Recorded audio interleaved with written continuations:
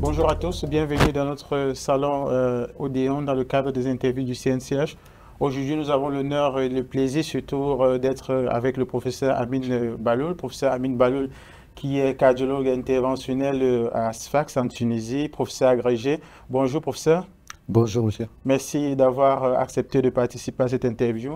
Donc, on va discuter aujourd'hui de la problématique de la prédiction de la fibrillation atriale au cours de l'AVC ischémique. Peut-on prédire la fibrillation atriale au cours de l'AVC ischémique? Donc, la première question que je voudrais vous poser, c'est surtout une question d'ordre épidémiologique. Qu'est-ce que ça représente la fibrillation atriale au cours de l'AVC ischémique? Oui, c'est une très bonne question.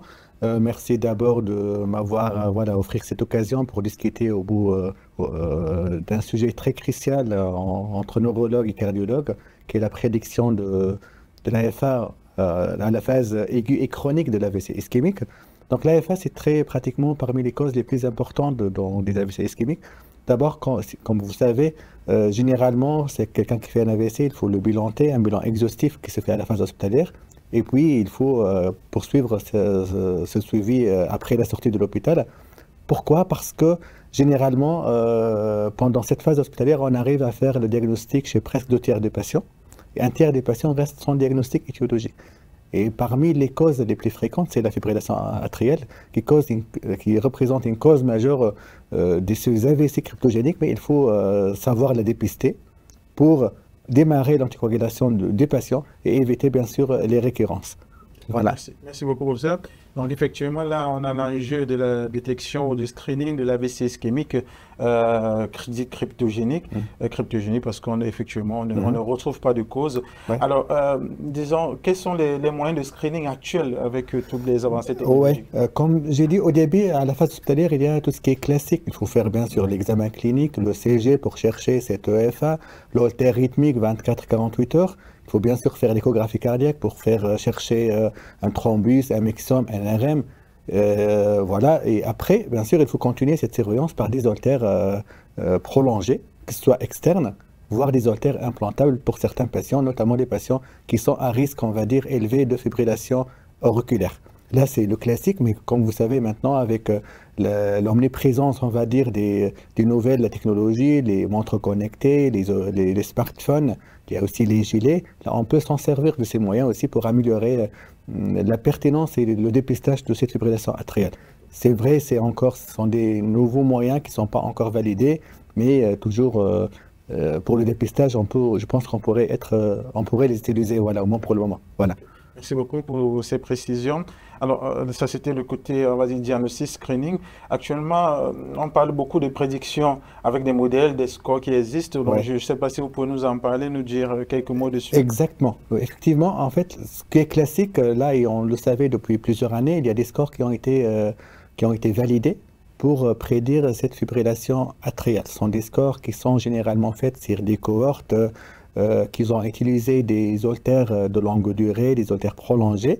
Mais le problème, en fait, de ces scores, c'est attacher cette AVC à l'EFA qui est détecté parfois plusieurs semaines, voire plusieurs mois après l'AVC. Ce lien de causalité, est-ce que c'est vraiment, il y a une causalité entre l'AVC et l'EFA, ou bien c'est juste une simple coïncidence?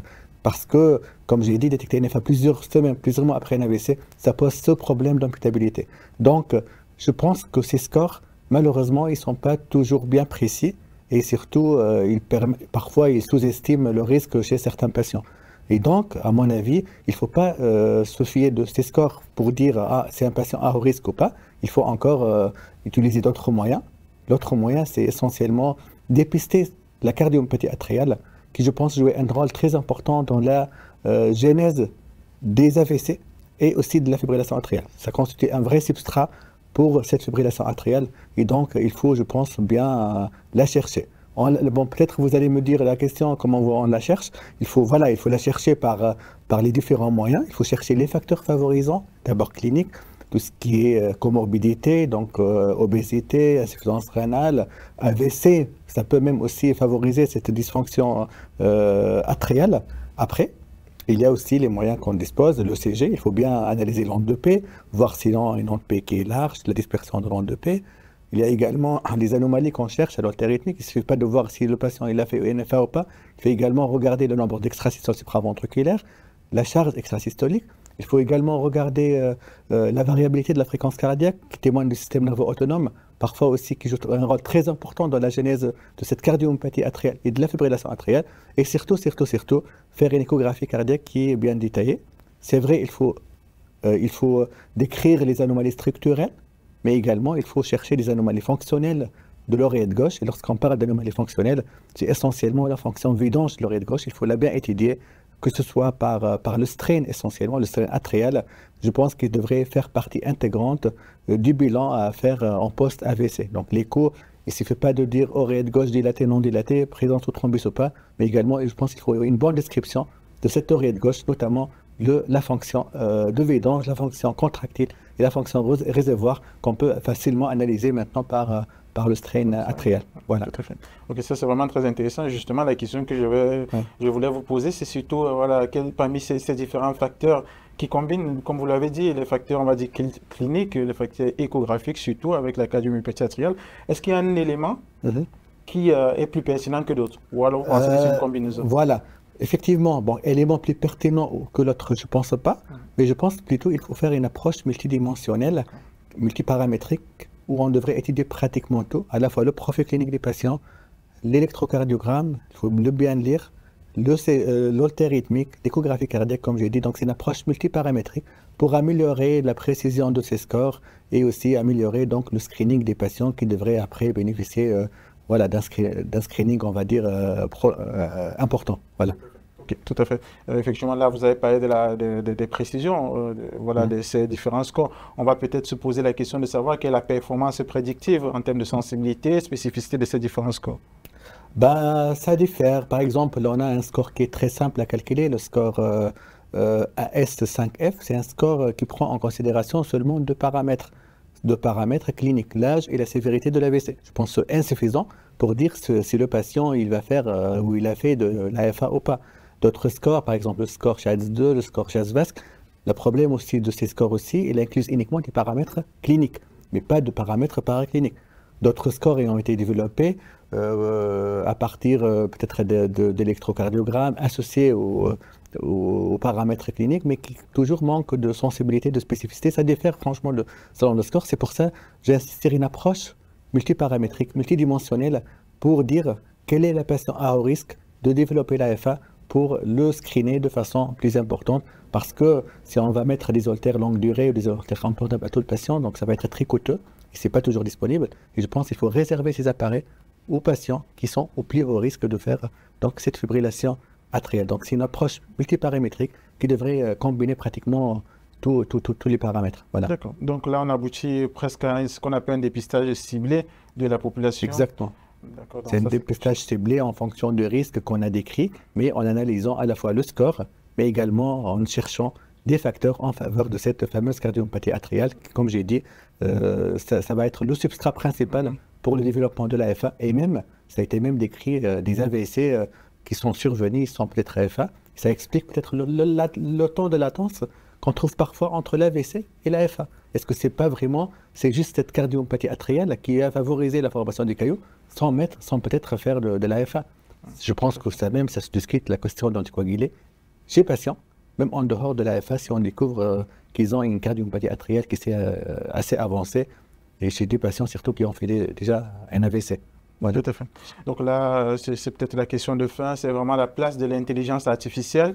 On sait que voilà, c'est une place prépondérante dans la gestion des patients en cardiologie.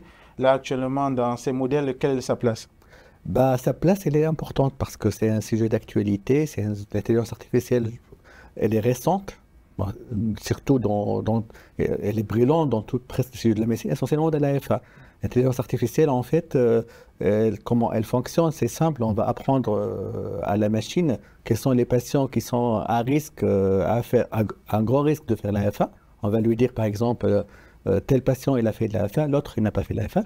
Et l'intelligence artificielle, en analysant le profil clinique, le CG, l'haltérythmique, l'échographie cardiaque de ces patients de façon plus approfondie, qui dépasse souvent l'intelligence humaine, et donc elle serait capable au bout d'un certain moment donc, de dire est-ce que c'est un patient vraiment à risque de FA ou non. Donc je pense que l'intelligence artificielle, elle est très prometteuse, elle donne de bons résultats. Il y a même des études par exemple qui ont montré sur un simple électrocardiogramme prédire les patients qui vont faire ou pas NFA au bout de plusieurs années. Donc là, c'est très intéressant. Mais est-ce que c'est validé ou pas? Je pense que c'est encore tôt de les valider parce que je pense qu'il faut d'abord les valider sur des populations différentes. Il faut avoir plus de preuves cliniques pour pouvoir les implémenter voilà, dans la pratique. Donc c'est encore tôt, je pense, d'utiliser ces moyens. On peut s'en servir, mais pour les généraliser, je pense que c'est encore tôt de le faire. Voilà. Okay. Merci beaucoup, professeur. Donc, effectivement, ça suit le bonhomme de chemin. Donc, on attendra quelques années probablement pour les implémenter avec plus de précision. Donc, merci d'avoir accepté de participer à cette interview et au revoir aux auditeurs. Merci pour vous. J'espère que cette discussion a mis en lumière l'importance de cette approche multidisciplinaire dans la prise en charge de l'AVC. Voilà, ischémique pour chercher voilà, cette FA et cette cardiomyopatrie. Merci. Tout à fait. Voilà. Okay.